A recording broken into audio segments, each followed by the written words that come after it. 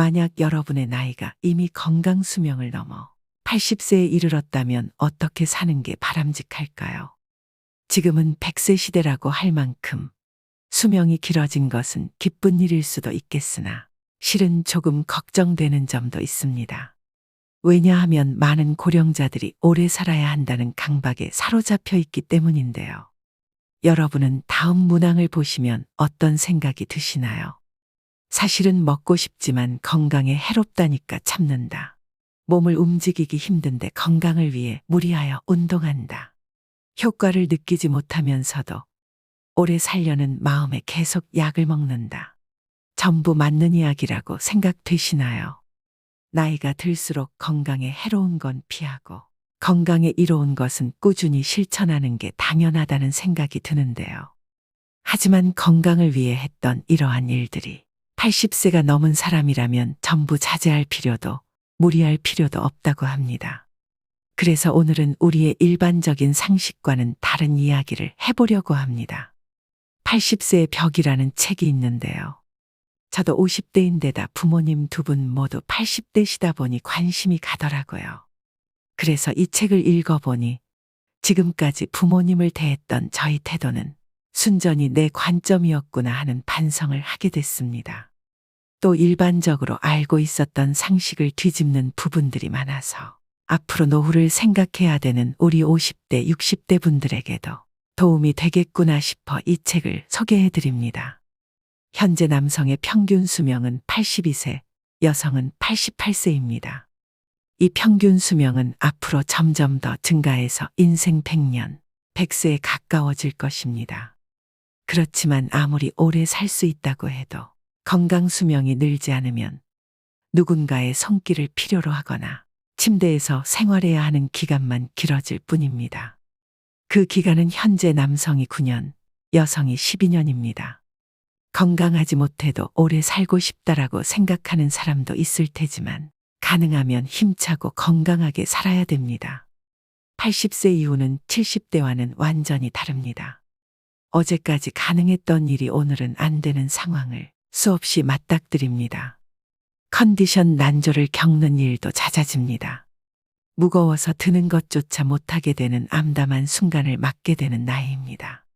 또 치매인가 라는 생각에 자신감을 잃는 일도 있을 겁니다. 리모컨을 어디에 뒀는지 기억조차 없는 당황한 상황을 자주 겪기도 하는데요. 배우자나 가까운 사람의 죽음을 경험하면서 하루아침에 고독이나 절망에 사로잡힐지도 모릅니다. 순식간에 생로병사의 거대한 벽이 거친 파도처럼 덮쳐오는 것이죠. 이처럼 80세의 거대한 벽을 제대로 넘지 못하면 노년의 생활은 말 그대로 지옥이 되는 건데요. 반대로 말하면 우리가 이 80세의 벽을 잘 넘게 되면 행복한 20년의 노후를 보낼 수 있다는 얘기이기도 합니다. 여러분은 행복한 노후와 불행한 노후, 어느 쪽을 선택하시겠습니까? 오늘은 이 책을 바탕으로 80세의 벽을 잘 넘는 방법을 6가지로 나눠서 소개해 드리겠습니다. 80세의 벽을 넘어서는 방법 첫 번째, 자식보다 배우자가 낫다. 나이 들어 함께 여생을 보내고 싶은 누군가가 생긴다면 재혼도 행복의 선택지 가운데 하나가 될 수 있는데요. 하지만 재산이 있는 부모라면 자녀들이 재혼을 반대하고 재산이 없는 부모라면 자녀들이 축복한다고 합니다. 왜 그럴까요? 재산이 있으면 어차피 상대방의 목적은 재산이니까라며 자신에게 돌아올 유산의 몫이 줄기 때문에 반대하고, 반대로 재산이 없으면 좋은 사람을 만나서 참 다행이에요.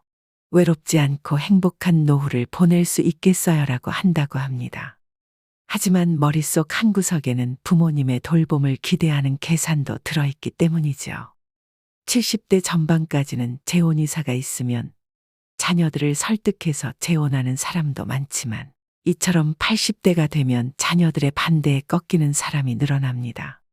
그래서 결국 재혼을 포기하고 외롭게 지내다가 노쇠해져서 돌봄을 받으며 생활하게 되죠. 그렇다고 재혼은 반대라고 했던 자녀가 돌봄을 책임지는 것도 아닙니다. 나이 들어서 병들고 아프면 자식들은 소용없고 결국 배우자밖에 없습니다.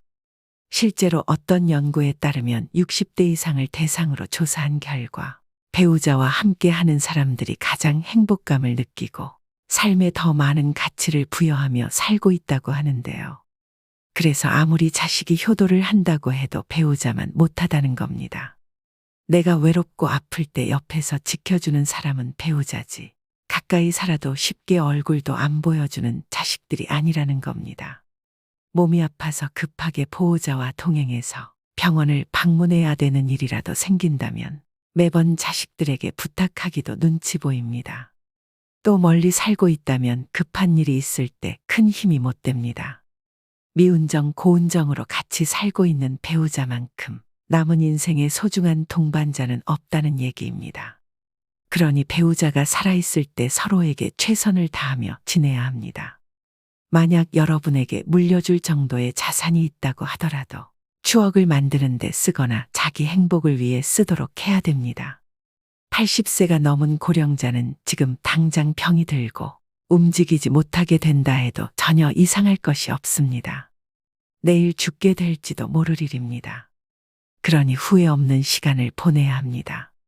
물론 자녀를 위해 재산을 남기는 그 자체에서 행복감을 느끼시는 분들도 있으실 겁니다.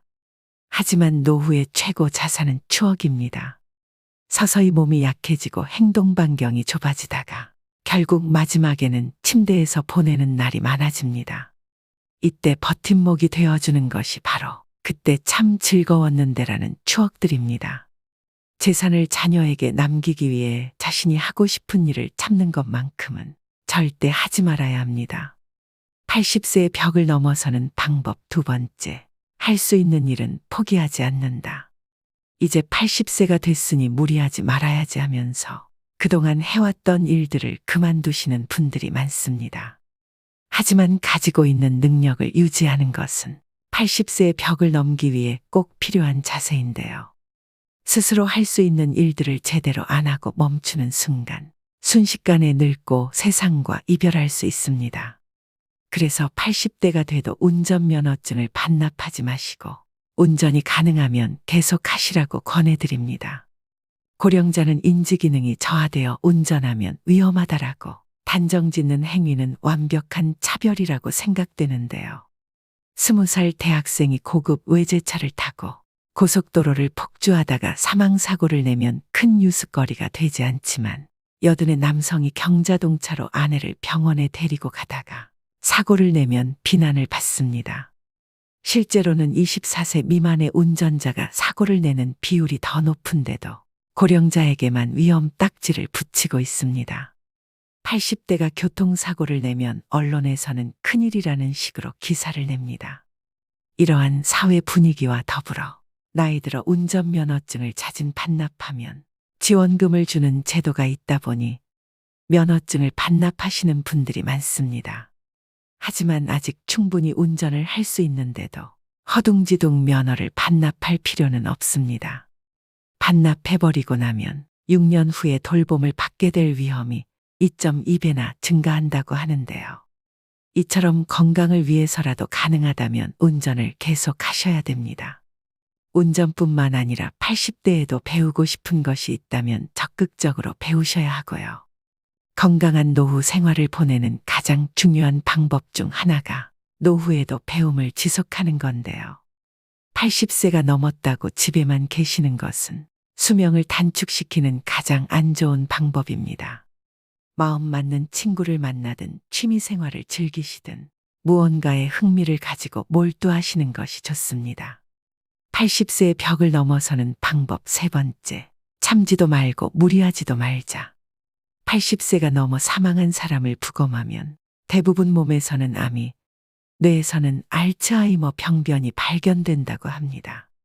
하지만 생전에 이러한 사실을 몰랐던 사람도 적지 않습니다. 나이가 들면 몸에 여러 개의 병의 씨앗을 지니고 살아갈 수밖에 없습니다. 병의 씨앗이 언제 싹을 틔울지는 아무도 알 수 없는데요. 오늘은 건강하다가도 노년에는 당장 내일 환자가 되기도 하고 눈을 뜨지 못할 수도 있습니다. 그렇기 때문에 80세가 넘으면 현실을 그대로 받아들이고 내일 당장 생이 끝난다 해도 후회가 남지 않는 시간을 보내시는 것이 가장 중요한데요. 80 이후 참거나 무리하지 않기는 후회 없는 노후를 만드는 가장 중요한 방법입니다. 저희 어머니는 맵고 짠 자극적인 음식을 좋아하시는데요. 건강을 생각해서 제발 드시지 말라고 잔소리를 많이 하는데 그때마다 먹고 싶은 걸 먹지 못하시니 스트레스를 많이 받으시더라고요. 이렇게 건강을 위한다는 명분으로 나이가 들어서도 먹고 싶은 음식을 참는 사람이 많습니다.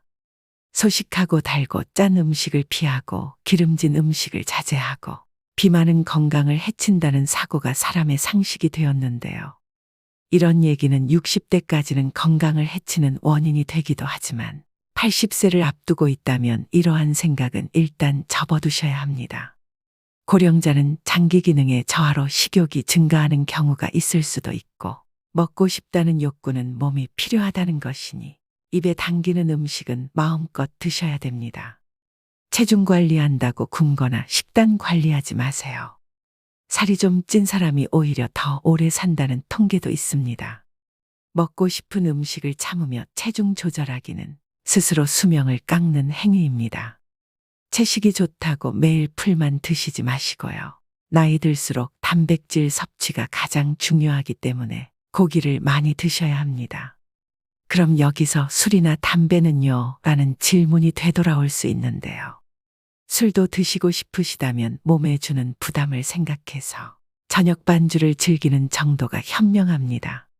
지나친 음주로 몸을 제대로 가누지 못해 넘어지면 낙상으로 골절되어 한순간에 늙어버리는 비극도 적지 않기 때문입니다. 또 의외라고 생각할지 모르지만 담배의 폐해는 나이가 들수록 줄어드는데요. 실제 흡연으로 단명하게 된 사람은 고령이 되기 전에 사망하기 때문입니다. 즉 담배를 계속 피웠는데도 80세까지 산 사람은 앞으로 금연하든 흡연하든 수명에는 큰 차이가 없다는 뜻입니다. 또 80대를 목전에 두고 운동을 열심히 하는 것도 아무런 도움이 되지 않습니다. 오히려 무리해서 운동하다 체내에 활성산소가 만들어지게 되면 노화를 촉진할 수도 있는데요. 80세 이후에는 그냥 30분 정도의 가벼운 산책 정도면 충분합니다. 80세의 벽을 넘어서는 방법 네 번째, 건강검진을 받지 말자. 지금 80대는 건강검진 초기 세대로 건강검진을 절대시하는 경향이 있습니다. 물론 건강검진은 60대 정도까지는 큰 도움이 되겠지만 80세가 넘은 고령자에게는 그다지 도움되는 것이 없습니다. 80대를 목전에 두고 건강검진을 받아보면 정상으로 나오는 수치보다 비정상으로 나오는 수치가 더 많은 것이 일반적입니다. 건강검진에서 정상 수치라는 것은 평균치에 가깝다는 얘기입니다. 비정상 수치는 그 범위를 넘어 지나치게 높거나 낮은 사람을 말합니다. 수치는 본래 사람마다 다릅니다. 우리가 이 평균의 함정에 빠져서 사는데요. 체질이나 환경에 따라서도 다르고 나이에 따라서도 다르며 체형이나 생활 습관에 따라서도 다릅니다. 어디까지가 정상이고 어디까지가 비정상인가가 문제가 아니라 정상치라도 병에 걸리는 사람이 있고 비정상치라도 병에 걸리지 않는 사람이 있다는 겁니다. 80세가 넘어서도 문제없이 사는 사람은 그 자체가 건강하다는 증거입니다. 다시 말해서 정상이라는 증거죠. 그런데 의사가 환자를 보지 않고 수치만 보고서 진단을 내린다면 어떻게 될까요? 정상치에 맞추도록 약을 처방한다면 답은 명확합니다. 환자는 지금의 건강과 기력을 잃게 됩니다. 몸 상태가 그 수술을 견딜 만큼 건강하지 않은 상태에서 수술을 하니 암세포는 없앴더라도 건강이 나빠져서 그때부터 누워서만 지내게 되는 거죠. 특히 80세가 지난 고령자는 수술할 필요가 없습니다. 나이가 들면 들수록 암은 진행이 느려지고 쉽게 전이되지 않기 때문입니다. 그렇기 때문에 허투루 손떼기보다는 지켜보는 편이 낫습니다. 사실 발견하지 못했을 뿐 훨씬 이전부터 암을 지닌 채 살아왔고 앞으로 서서히 진행되겠지만 한순간에 나빠지는 일은 거의 없기 때문입니다. 아시다시피 암 치료는 간단하지 않습니다. 수술이든 화학치료든 몸에 심각한 부담을 줄 수밖에 없는데요. 체력이 크게 떨어지는 80세 이상의 고령자는 평소 생활로 되돌아가지 못할 확률이 높다는 걸 명심하셔야 됩니다. 80세의 벽을 넘어서는 방법 5번째. 자기와 맞는 의사를 찾자. 80세의 벽을 넘으려면 얼마나 좋은 의사를 선택하고 얼마나 좋은 관계를 유지하느냐가 관건입니다. 그렇다면 어떤 의사를 선택해야 할까요? 좋은 의사를 구별하는 가장 손쉬운 방법은 약에 관해 이야기를 나누어 보는 것입니다. 본래 약은 몸 상태를 좋게 하는 것이 목적인데 처방해준 약을 먹고 몸 상태가 나빠진 것 같다고 해도 이건 좋은 약이니까 혹은 약을 끊고 죽고 싶나요라는 식의 태도를 보이는 의사라면 그 병원은 그만 다니는 편이 낫습니다. 교과서적인 수치와 검사 결과만 믿고 환자 개인이 느끼는 몸 상태는 생각하지 않는 건데요. 제대로 된 의사라면 다른 약으로 바꾸든 양을 줄이든 식의 후속 조치를 취하게 될 것입니다. 만약 그런 의사라면 좋은 주치의가 될 수 있습니다. 환자를 잘 섬기는 의사, 환자들의 말을 다 들어주는 의사는 좋은 의사라 볼 수 있습니다. 환자가 말할 때 차트나 들여다보고 환자가 묻는 질문에 마지못해 몇 마디 대답해주는 의사는 결코 좋은 의사가 아닙니다. 또 환자의 눈높이에서 환자가 궁금해하는 것을 성의껏 잘 설명해주는 친절한 의사인지도 확인해 보셔야 합니다. 자기 환자를 끝까지 책임지는 의사의 자세가 무엇보다 중요합니다. 투병이 시작되면 의사, 환자, 보호자는 2인 삼각 경기를 하는 것처럼 서로 발을 묶고 완치를 향해 전진하는 관계가 됩니다. 그 중에서도 의사가 나 몰라라 하면 환자와 보호자는 절망하게 되겠죠. 이처럼 80대가 되면 나와 잘 맞는 의사를 찾는 것이 무엇보다 중요합니다. 내가 보내고 싶어하는 노후를 이해하고 거기에 맞는 방향으로 움직여주는 의사를 만나야 하는 거죠. 수술을 원하지 않는데 수술밖에 방법이 없다고 딱 잘라서 이야기하는 것은 의사 같지 않은 의사입니다. 진료 받을 때마다 불편함을 느끼게 하거나 심리적 피로감이 들게 하는 의사라면 궁합이 맞지 않다는 뜻입니다. 나와 맞지 않는 의사에게 진찰받는 것은 말년의 지옥행 버스에 오르는 격이죠. 80세를 맞이하는 고령자에게 병원과 의사는 매우 가까운 존재입니다. 소중한 내 몸을 믿고 맡길 수 있는 의사를 만나는 것은 행운이라고 할 수 있습니다. 그렇기 때문에 조금 더 젊은 50대, 60대부터 이 병원, 저 병원 다니면서 널리 알려진 명의보다 나만의 명의를 찾는 일이 중요합니다. 80세의 벽을 넘어서는 방법 6번째. 약은 최소한으로 먹자. 나이 들수록 여기저기 안 아픈 곳이 없는데요. 그러면 병원 진료도 장기별로 과마다 진료를 받게 됩니다. 여러 과를 돌면서 진료를 받게 되면 문제는 많은 양의 약으로 드러납니다. 예를 들면 검사 결과 혈압이 높다며 순환기내과에서 혈압 강화제를 처방합니다. 거기다 혈당치가 높다는 사실을 알게 되면 내분비내과에서도 약을 주게 되는데요. 각기 다른 전문의에게 약을 처방받았더니 다량의 약을 복용해야 하는 상황이 심심찮게 생깁니다. 또 약의 종류가 많아질수록 중복약을 처방받을 확률도 높습니다.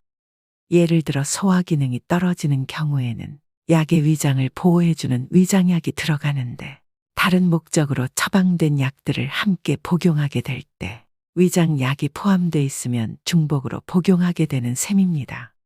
위장약은 위산 분비를 억제해 약을 복용할 때 속쓰림 등을 방지해 주지만 과도하게 섭취할 경우에는 장염이나 폐렴 위험이 커집니다. 또 순환기 전문의가 진료를 하고 나서 높은 콜레스테롤 수치를 약으로 낮추면 면역 기능이 저하되고 암이 진행되기 쉬우면서 감기나 독감에도 쉽게 걸립니다. 혈관계 이상으로 죽는 게 아니라 암이 진행되거나 폐렴으로 죽게 될 수 있는 거죠. 이렇게 되면 약이 되는 것이 아니라 독이 될 수도 있다는 사실을 기억하셔야 합니다. 이런 장기별 전문 진료 체계는 60대까지는 효과가 있지만 80대 전후에는 별로 도움이 되지 않습니다. 특히 고령자일수록 많은 약을 함께 쓰면 문제가 됩니다. 물론 꼭 먹어야 하는 약도 있으므로 모든 약을 끊을 수는 없지만 일상생활의 활동 수준을 방해하지 않도록 최소한에 머물러야 합니다. 머리가 아프면 두통약을 먹고 위가 아프면 위장약을 먹으면 됩니다. 필요할 때 필요한 만큼만 먹는 것이 약의 올바른 사용법입니다. 약을 계속 먹어야 오래 산다는 근거는 어디에도 없다는 사실을 기억하셔야 됩니다. 오늘의 영상 어떠셨나요? 80세의 벽은 높고 두꺼우나 벽을 넘는 방법 6가지를 소개해드렸습니다. 종합적으로 강조드리고 싶은 것은 싫은 걸 억지로 참지 말고 좋아하는 일을 하는 것입니다. 아무리 후회해도 지난 날은 돌아오지 않습니다. 내일 일은 아무도 모릅니다. 내일은 내일의 바람이 붑니다. 그것이 인생입니다. 그러므로 자신의 인생을 있는 그대로 받아들이기만 하면 됩니다. 어떤 것이라도 두려워하거나 걱정하지 마세요. 원하는 일을 하고 먹고 싶은 음식을 먹고 만나고 싶은 사람을 만나고 하고 싶은 말을 하면서 살면 됩니다. 이것이 행복한 노후와 불행한 노후를 가르는 기준입니다. 불량 노인이어도 됩니다. 사람 좋은 척하면 건강이 불량해집니다. 여태까지 사람들의 눈치를 살피고 사양하느라 하고 싶은 일을 참으며 살아오셨을 겁니다. 그런데 80세가 넘어 참거나 무리하게 되면 몸과 마음이 지치고 건강이 나빠집니다. 지금까지 애쓰고 고생하며 살아왔으니 앞으로는 원하는 대로 살아보셔야 합니다. 80세가 넘은 고령자라면 그렇게 살아도 됩니다. 인생에는 다양한 의미의 오르막과 내리막이 있지만 오르막에서도 내리막에서도 행복은 생각하기 나름입니다. 행복이란 무엇인가에 대한 답은 사람마다 다르겠지만 최고의 행복은 다름 아닌 즐기는 능력이 아닐까 싶습니다. 즐길 수 있어야 진정한 100세 인생입니다. 80세의 벽을 넘어서 앞으로 20년 하루하루 새로운 도전을 즐기셨으면 좋겠습니다. 오늘도 노후의 지혜와 함께 해주셔서 감사드립니다. 황금빛으로 무르익어가는 여러분의 지혜로운 인생을 언제나 응원합니다.